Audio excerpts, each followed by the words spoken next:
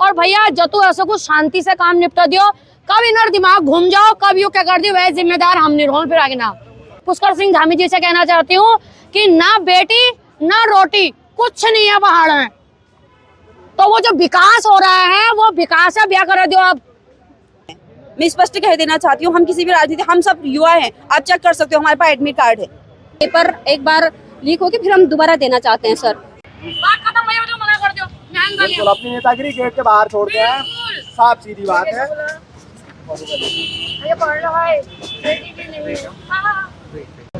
यहाँ आके क्या कहें, इनकी शक्लें देख के तो कुछ कहने को ही मन नहीं है। मतलब साल भर नौकरी में तो पहाड़ी में बोलूंगी भैया, जिसको सुनना है सुने, जिसको नहीं सुनना है घर जाए हो, ठीक है। तो क्योंकि पेड़ सबसे ज्यादा हमारी पहाड़ी चलांगड़ी है, तो मैं वही उसी भाषा में बोलूंगी जहाँ मैं हूँ। मतलब साल भर नौकरी मतलब तैयारी करा हमें चल है, माँ बाप कहला गोरबाज धरी, दूध बेच बापू चला फीस भरना, कोई विचार टैक्सी चला मरो वैसी भरना, और लास्ट में नौकरी लीजिए सरकार है। तो एक काम करो, जो तो ये लॉन्ड बॉन्ड ची इनरा ब्याह कर दियो बाबू, चल यहाँ दिखे इनको मना लियो घर जावे, क्योंकि ना इनरा पा नौकरी छू, ना इनरा ब्याह, ना इनको आप कोई छोकरी देन, पर इनरा बेरोजगार करूँ क्या हम करें क्या? सही बात है, इसमें मेरे भाई भी होंगे एक आध, क्या करें इन बच्चों को? आप हमें ये बता दो कि ना इनकी नौकरी है ना इनके पास छोकरी है, अब आप तुम लोग क्या करने के मूड में हो? मैं सब सीधी सी बात पुष्कर सिंह धामी जी से कहना चाहती हूँ कि ना बेटी ना रोटी कुछ नहीं है पहाड़ में, तो वो जो विकास हो रहा है वो विकास है, ब्याह करा दियो आप।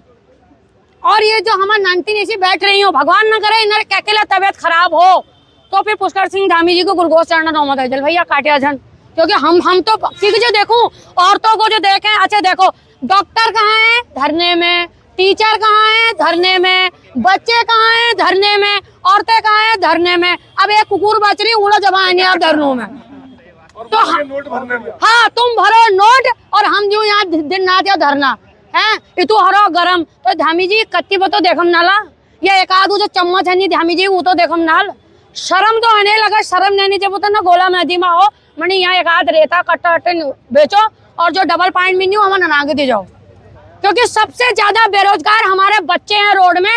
और भैया जतु ऐसा कुछ शांति से काम निपटा दियो, कब इनर दिमाग घूम जाओ, कब यू क्या कर दियो, वह जिम्मेदार हम नहीं रहो फिर आगे ना। खत्म होगो अब उलर रहता खत्म होगो, तो या तो इंदिरा को नौकरी दियो और या इंदिरा ब्याह कराओ आप, और अगर तुमको नौकरी नहीं तो ये बेरोजगारों चलिए ब्याह अपना नाना देगा कराओ आप। अब इनको बनाओ अपन घर जावे, इनको सबको आप घर जावे बनाओ आप, ठीक है। और कुछ नहीं, हम कोई नहीं, हम किसी भी राजनीतिक पार्टी से नहीं है, मैं स्पष्ट कह देना चाहती हूँ, हम किसी भी राजनीति, हम सब युवा हैं, आप चेक कर सकते हो, हमारे पास एडमिट कार्ड है। ये जहाँ इतने सारे कल विद्यार्थी आए थे सब वो विद्यार्थी हैं, कोई नहीं, ये सब जो कह रहे हैं कि ये सब झूठ है, कोई सारे बच्चे यहाँ पढ़ने वाले। पेपर लीक जब होता है उसके बाद क्या क्या समस्याएं एक छात्रा को आती है? सर मैं पेपर दे के आई, आपको बताती हूँ, पेपर दे के ठीक है, इस बार थोड़ा पेपर ठीक ठाक रहा था, तो हम घर आए, उसके बाद देखा कि पेपर लीक हुआ है। जो अंदर से जो हम टूटे हैं ना सर, क्या बताऊँ वो दर्द, मतलब हम शब्दों में भी बयान नहीं कर सकते हैं। हमारे पास जो लिमिटेड टाइम रहते हैं ना कि तुम्हें इस टाइम तक पढ़ना है, इसके बाद तुम्हारी शादी हो जाएगी, या बच्चों के पास रहता है कि तुम्हें इतने, कब तक देंगे भाई?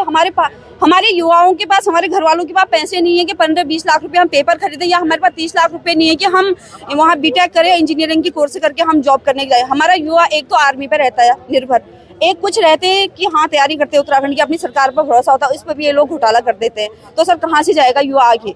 और कहते हैं कि युवा हमारा देश का भविष्य। आज देखो ना, देश का भविष्य सड़कों पे है, हर चीज के लिए आंदोलन कर रहे हैं। कसी सेब केस हुआ था, अरे तुम उसको न्याय दिलाने के लिए हम सब सड़कों पे उतरे, किस चीज के लिए आएंगे? उन दोनों चीजों से मैं रिलेट कर सकती हूँ। मैं एक लड़की भी हूँ, मैं अपने घर से बाहर आई हूँ, मैं शहर में रहने के लिए आई हूँ। मेरे मम्मी पापा जो एक खौफ है ना उनके अंदर, भले ही हम बच्चे सही भी हैं तो सर खौफ तो है कि हमारी बेटी के साथ क्या होगा क्या नहीं होगा करके, तो वो दर्द हम समझ सकते हैं। और मैं साथ में एक छात्रा भी हूँ, मैं दोनों चीज़ों को अच्छे से रिलेट कर रही हूँ। मैं डेली यहाँ रैलियों में आ रही हूँ, और 15-15 लाख में इनके पेपर बिक रहे हैं, तो 15-15 लाख में पेपर, हम 15-15 घंटे लाइब्रेरी में पढ़े, तो हमारा भविष्य क्यों, हमारी जवानी क्यों बर्बाद करे? पहले जब तुम विज्ञप्ति निकालते हो, लिख दो पटवारी का पेपर 15 लाख में बिकेगा, जिसके पास आ जाओ।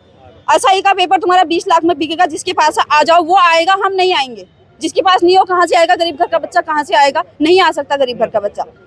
क्या लगता है आपको कि आखिर सरकार सीबीआई जांच क्यों नहीं करा रही? सर सब कुछ साफ हो जाएगा, स्पष्ट हो जाएगा उसमें। मैं तो ये कह रही हूँ कि अगर वो खुद से जांच करने की बात कर रहे हैं, तो मैं अगर मैंने कुछ गुनाह किया है तो मैं खुद से जांच करने के लिए कहूंगी। मैं खुद को गुनहगार कभी साबित नहीं करूंगी। चोर कभी नहीं कहता है मैंने चोरी की है, और कहते हैं कि 3 पेज बाहर आया है। तुम ये जब बच्चा एक एक पॉइंट से एक एक नंबर से हम बच्चों को तुम बाहर फेंकते हो ना, दोबारा हम 5-5 10-10 साल फिर तैयारी करते हैं, उस समय पूछना वो दर्द क्या होता है एक एक नंबर से बाहर होना। उन 3 पेजों में तो बार नंबर थे। तो आप जो ये छात्र न्यूज देख रहे हैं उनको क्या संदेश देना चाहते हैं? मैं उनको यही संदेश देना चाहती हूँ, सीबीआई जांच हो। सीबीआई जांच नहीं करा सकते हो तो दोबारा पेपर कराओ, इसको रद्द करके हम पेपर देने के लिए तैयार हैं। धन्यवाद। पेपर एक बार लीक हो के फिर हम दोबारा देना चाहते हैं सर। सर मेरा नाम दीपा कोशर, और मैं बता देना चाहती हूँ कि जो जीएस मर्तोलिया जी हैं वो मेरे घर के पास के ही हैं सर, घर के पास के ही हैं। और मेरे को इतनी शर्म आती है उनको ये बताते हुए कि ये जो पहले भी वो आईजी रह चुके हैं यहाँ के देहरादून के, मेरे को इतनी शर्म आती है कि वो मतलब मैं बताती भी नहीं हूँ सर कि वो हमारे वहाँ के हैं करके, और मेरे बगल के ही हैं। इतने एक अच्छे ईमानदार अधिकारी थे, इन्होंने ऐसा किया, हमें बड़ी उम्मीद थी पहले जब ये बने थे, इतनी ज़्यादा उम्मीद थी, मेरे को तो बहुत उम्मीद थी सर, क्योंकि वे मेरे गाँव के हैं, मेरे बगल के ही हैं, तो मेरे को इतनी ज़्यादा उम्मीद थी। इन्होंने आज हमारे उम्मीदों का इतना पानी फेरा हुआ है। मैं सर बस इतना ही कहना चाहूँगी। धन्यवाद आपका। देखिए, मुझे सूचना मिली थी कि जो बच्चे यहाँ धरने पर बैठे हैं वो ज्ञापन देना चाह रहे हैं, और ये जो ज्ञापन है ये हस्तलिखित है, और मेरे ख्याल से 70-75 के आसपास ये ज्ञापन है। तो ये ज्ञापन मैंने आपका रिसीव कर लिया है, और ये माननीय प्रधानमंत्री जी के लिए संबोधित है, तो मैं इनको भेज दूंगा। और जहाँ तक सील की बात है, सील चूँकि वो सिंबॉलिक था, वो मैंने इनको वापस लौटा दी है, उसका भेजने का कोई प्रावधान भी नहीं है, लेकिन जो ज्ञापन दिए हैं उनको मैं भिजवा दूंगा।